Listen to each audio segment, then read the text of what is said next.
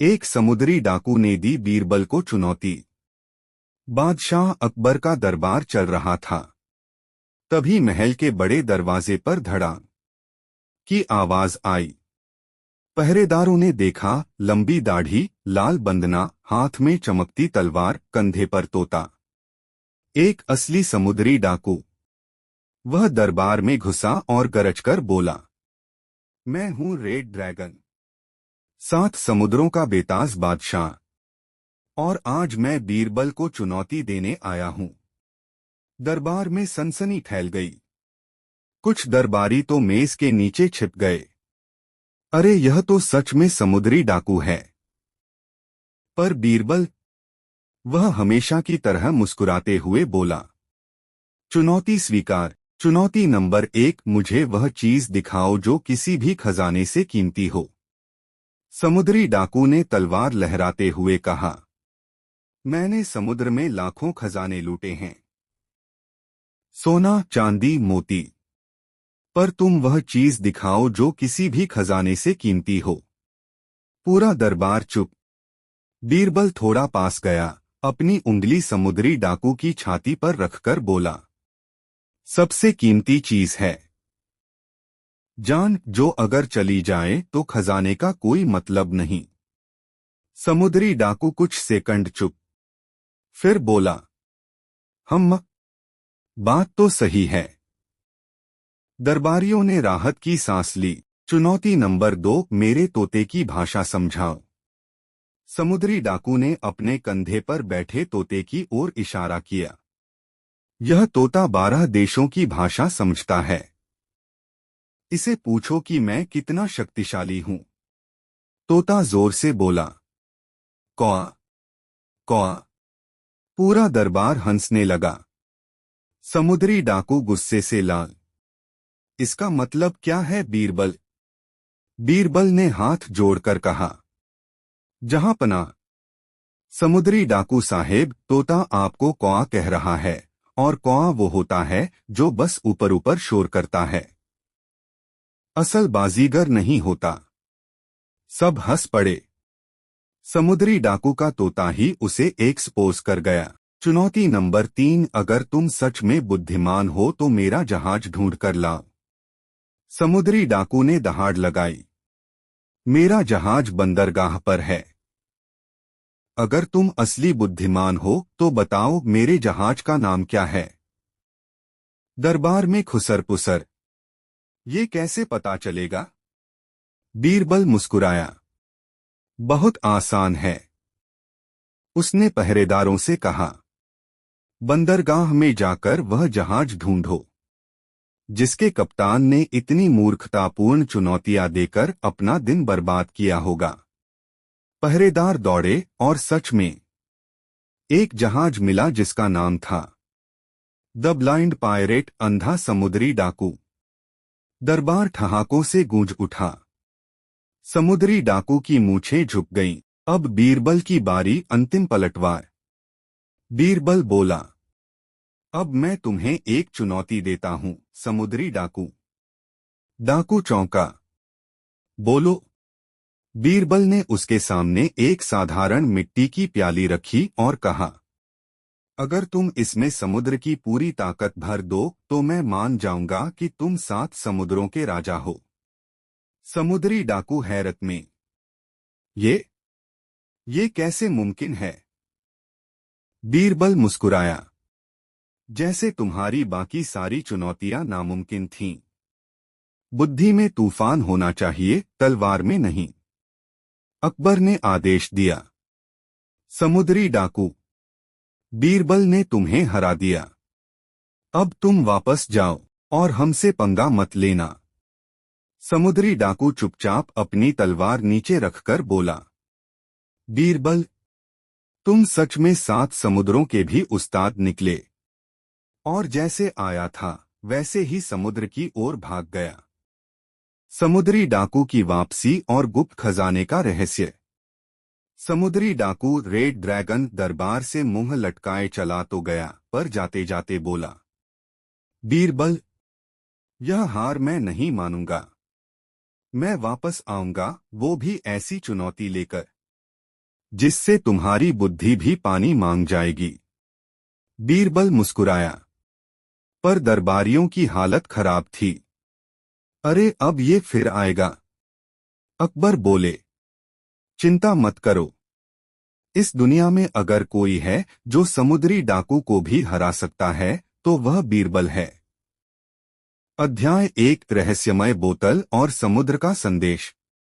2 दिन बाद महल के फव्वारे के पास एक सिपाही दौड़ता हुआ आया। जहां पना, महल के दरवाजे पर समुद्र से आई एक बोतल मिली है, उसमें एक पत्र है। अकबर ने पत्र खुलवाया।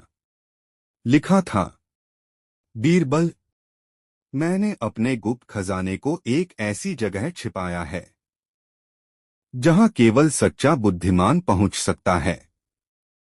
अगर तुम इसे ढूंढ लो तो मैं मान जाऊंगा कि तुम मुझसे श्रेष्ठ हो। Red dragon. दरबार में हलचल। खजाना? बीरबल मुस्कुराते हुए बोला, जहां पनाह, इस बार मजा आएगा। अध्याय 2, बोतल में मिला पहला संकेत। बीरबल ने बोतल को उल्टा पलटा। अंदर रेत के कुछ कण थे और एक अजीब सी खुशबू। वह बोला, ये सामान्य समुद्री रेत नहीं, ये काली रेत है जो केवल ब्लैक बीच पर मिलती है, जहां रात में समुद्री लहरें चमकती हैं। अकबर आश्चर्यचकित, तुम्हें कैसे पता? बीरबल, बुद्धि भी एक कंपास होती है, जहां पना। बीरबल, अकबर और सिपाही उस समुद्री तट की ओर रवाना हुए। अध्याय 3, काली रेत वाला तट और उलझन।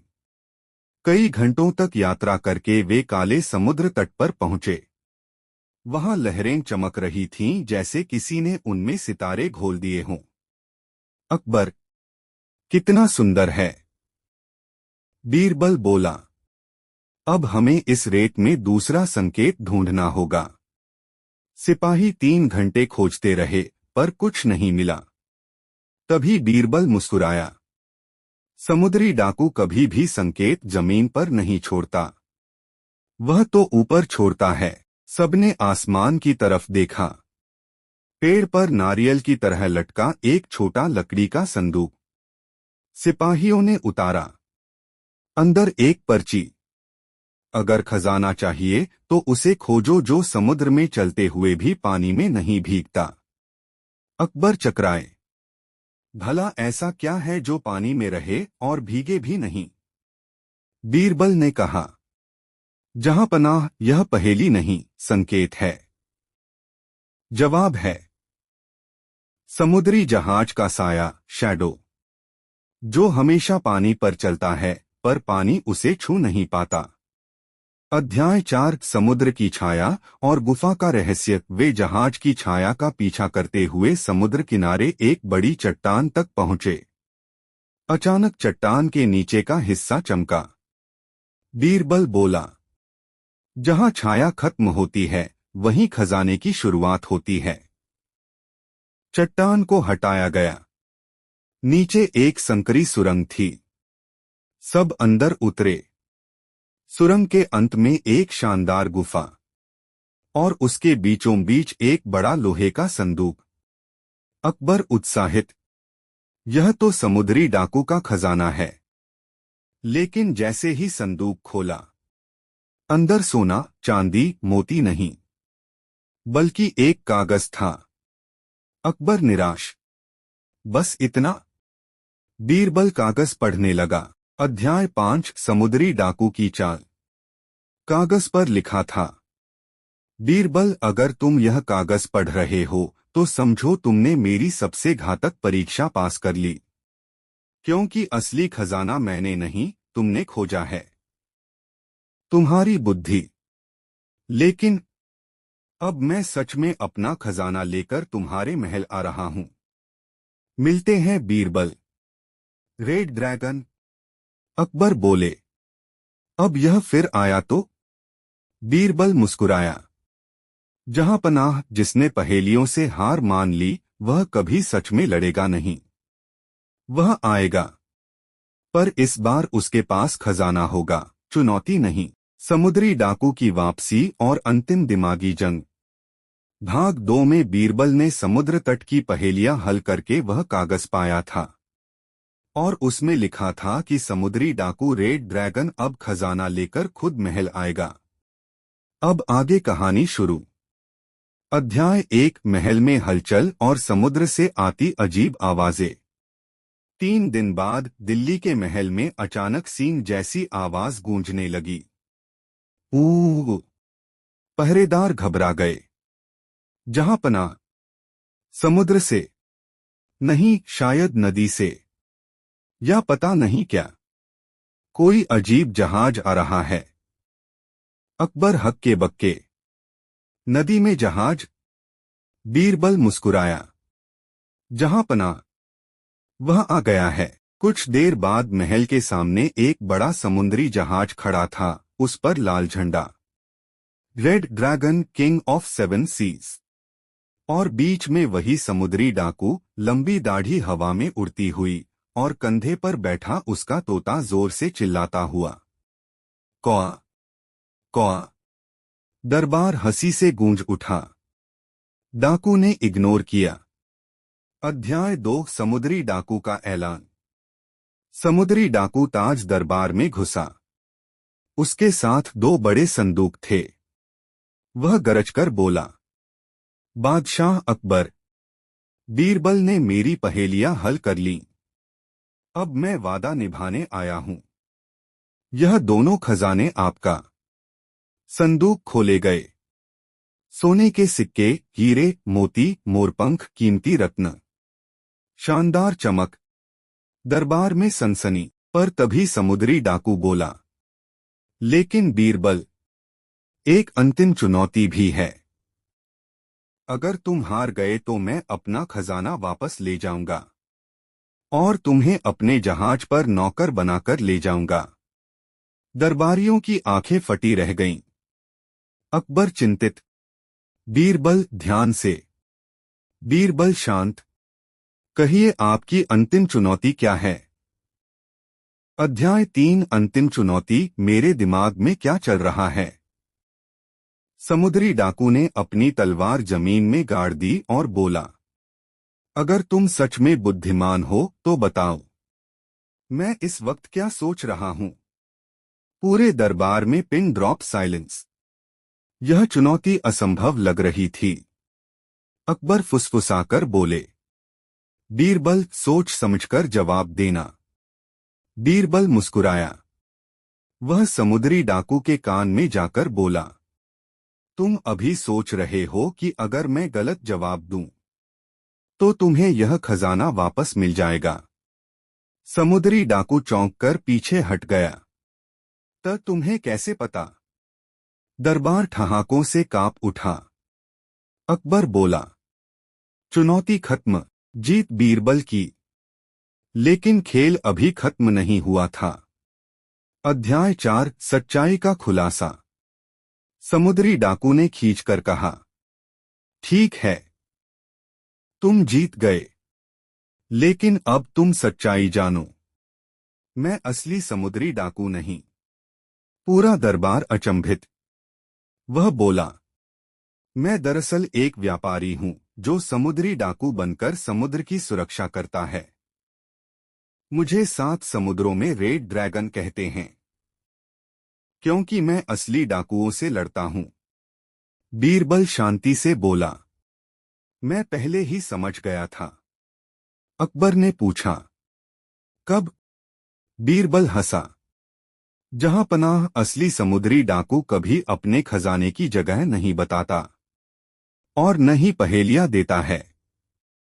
यह आदमी बुद्धिमान है, मूर्ख नहीं। इसलिए मैंने समझ लिया था कि यह सच में समुद्र का रक्षक है। समुद्री डाकू मुस्कुरा दिया। अध्याय 5। बीरबल की उदारता। खजाना जमीन पर पड़ा चमक रहा था। समुद्री डाकू बोला, बादशाह, यह खजाना आपके लिए है। बीरबल ने कहा, जहां पनाह, इस खजाने का असली हकदार वही है जो समुद्र में लोगों की रक्षा करता है। अकबर भी मुस्कुराए। सही कहा बीरबल, हम इस खजाने का आधा हिस्सा समुद्री सुरक्षा के लिए देंगे और आधा जनता की भलाई में लगाएंगे। समुद्री डाकू भावुक होकर बोला, बीरबल, तुमने न सिर्फ मेरा दिमाग हरा दिया बल्कि मेरा दिल भी जीत लिया। अंतिम दृश्य तोते का कमाल। जाते जाते समुद्री डाकू बोला, तोता कुछ कहना चाहोगे? तोता चिल्लाया, बीरबल बॉस, बीरबल बॉस। दरबार में हंसी की बौछार। समुद्री डाकू अपने जहाज पर चढ़ा और सूरज ढलते ही जहाज क्षितिज में गायब